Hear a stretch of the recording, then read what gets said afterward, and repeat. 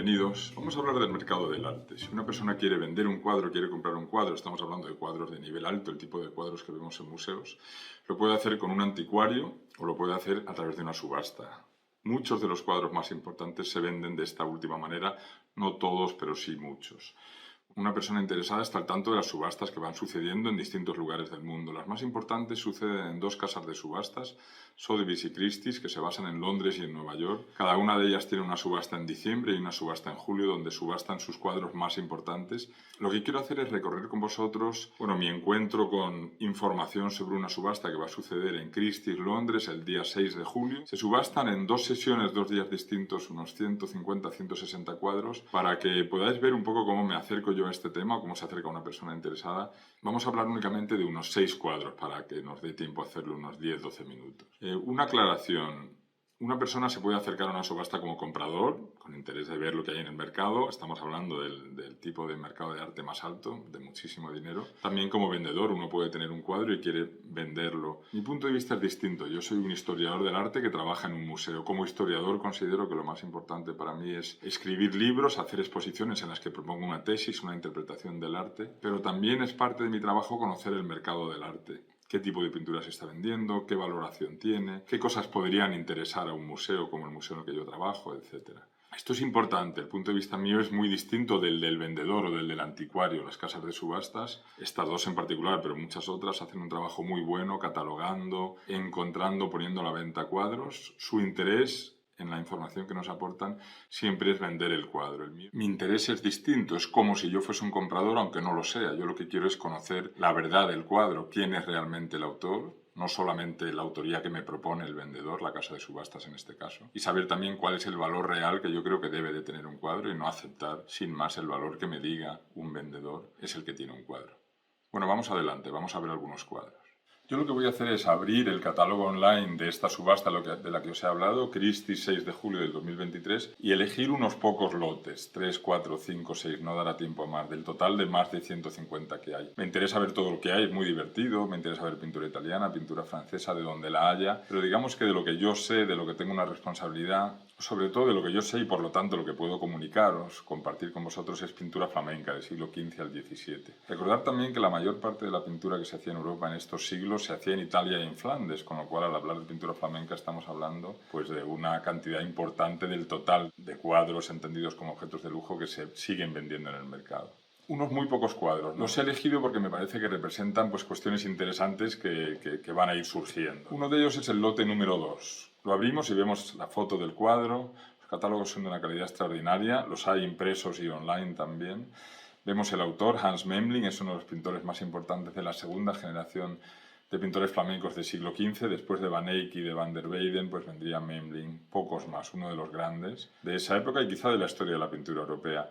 Bajamos un poco y vemos que hay una estimación, un precio que la casa de subastas nos dice que es lo que creen que se acabará vendiendo este cuadro, lo que creen que es el precio normal. Eso es una orientación que nos hace entender más o menos lo que ellos creen que es lógico. En este caso nos dicen que libras esterlinas, el precio está en inglés, igual que el idioma de los catálogos, libras esterlinas entre 800.000 y 1.200.000. En euros, ahora mismo el euro se cotiza, hacen falta 1,16 euros para comprar una libra esterlina, pues un poco más. Otra información que me interesa, bajo un poco debajo de la foto y veo lo que mide el cuadro. En este caso 26 por 21 centímetros, es un cuadro muy pequeño. El tamaño de un cuadro para el mercado del arte es importante. Los cuadros más pequeños valen menos que los cuadros más grandes, siempre dentro de un contexto. La pintura del siglo XV por lo general es de tamaño pequeño. Lo siguiente que me interesa es la procedencia del cuadro que me da la casa de subastas. Si yo fuese a hacer una compra importante de mucho dinero para un gran museo, yo tendría que no solo fiarme de la procedencia que me dan, aún sabiendo que Christie's y Sotheby's en concreto hacen muy bien este trabajo, sino yo comprobar que esa procedencia es correcta.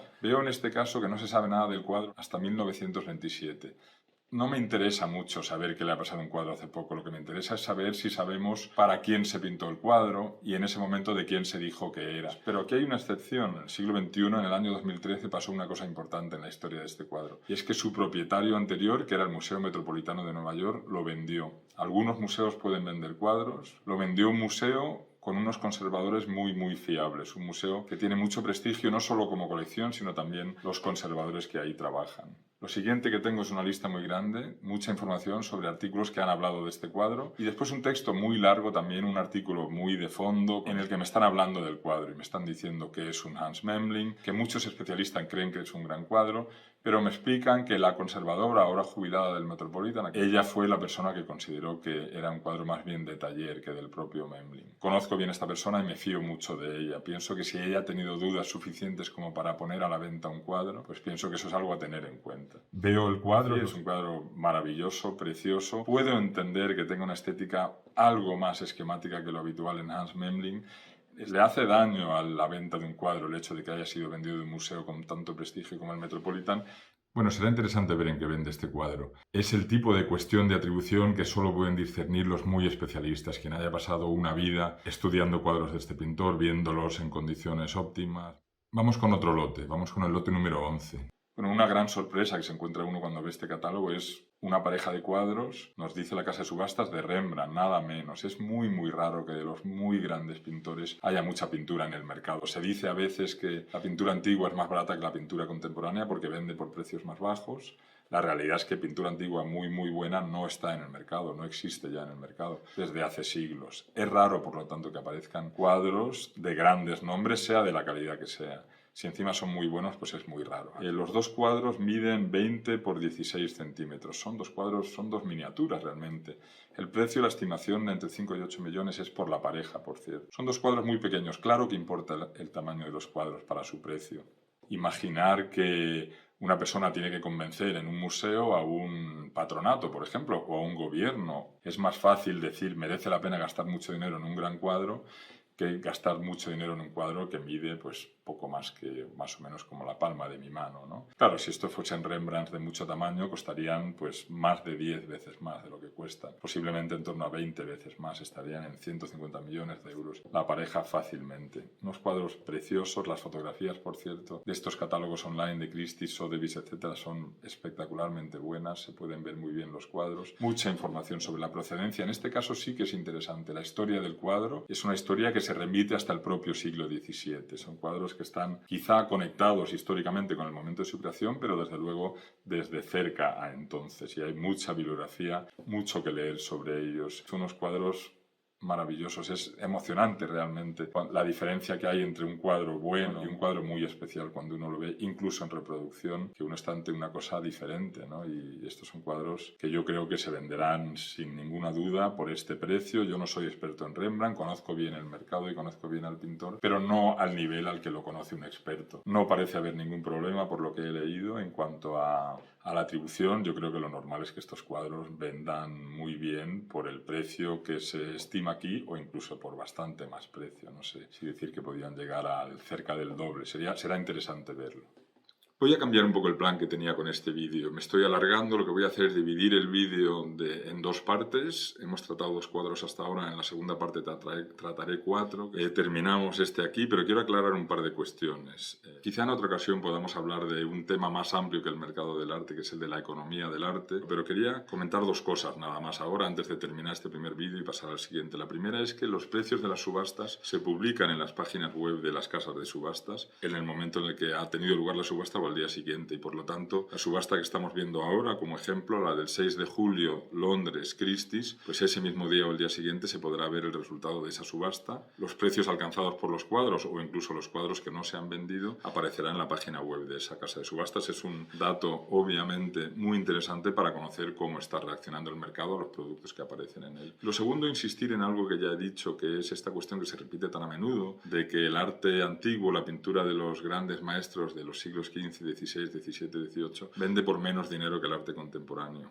Y digo esto porque hoy mismo he leído en la prensa española, es que en este caso decían que unos cuadros de Velázquez venden por 3 millones de euros, un precio muy bajo para un pintor de esa categoría, incluso cuando aparecen en el mercado no venden. Esto no es cierto del todo, más bien esto hay que explicarlo, es una cuestión muy obvia para quien conozca bien el mercado del arte. Si un cuadro de Velázquez apareciese en Madrid y los expertos principales, a quienes su carrera acredita como aquellos expertos a los que hay que escuchar, están de acuerdo en que es un cuadro muy bueno, sería un cuadro carísimo. pero no es el caso. Es muy raro que queden cuadros muy importantes de pintores antiguos aún en situación de llegar al mercado del arte. Otra cosa que puede incidir a veces es que un cuadro en un mercado como el español, que tiene una legislación que permite al Estado prohibir la exportación de obras de arte, pues si un cuadro de Velázquez apareciese en España, los especialistas dijesen que es muy importante, el Estado prohibiese su exportación, evidentemente el precio de ese cuadro baja mucho porque ya solo pueden competir por comprarlo museos locales y coleccionistas locales. Si apareciese un gran Velázquez o todos los grandes nombres de la historia del arte en el mercado, vendería por precios altísimos. Bueno, lo dejamos ahí, terminamos este primer capítulo y quienes tengáis interés podéis ver uno segundo con 4 casos más, como os he comentado.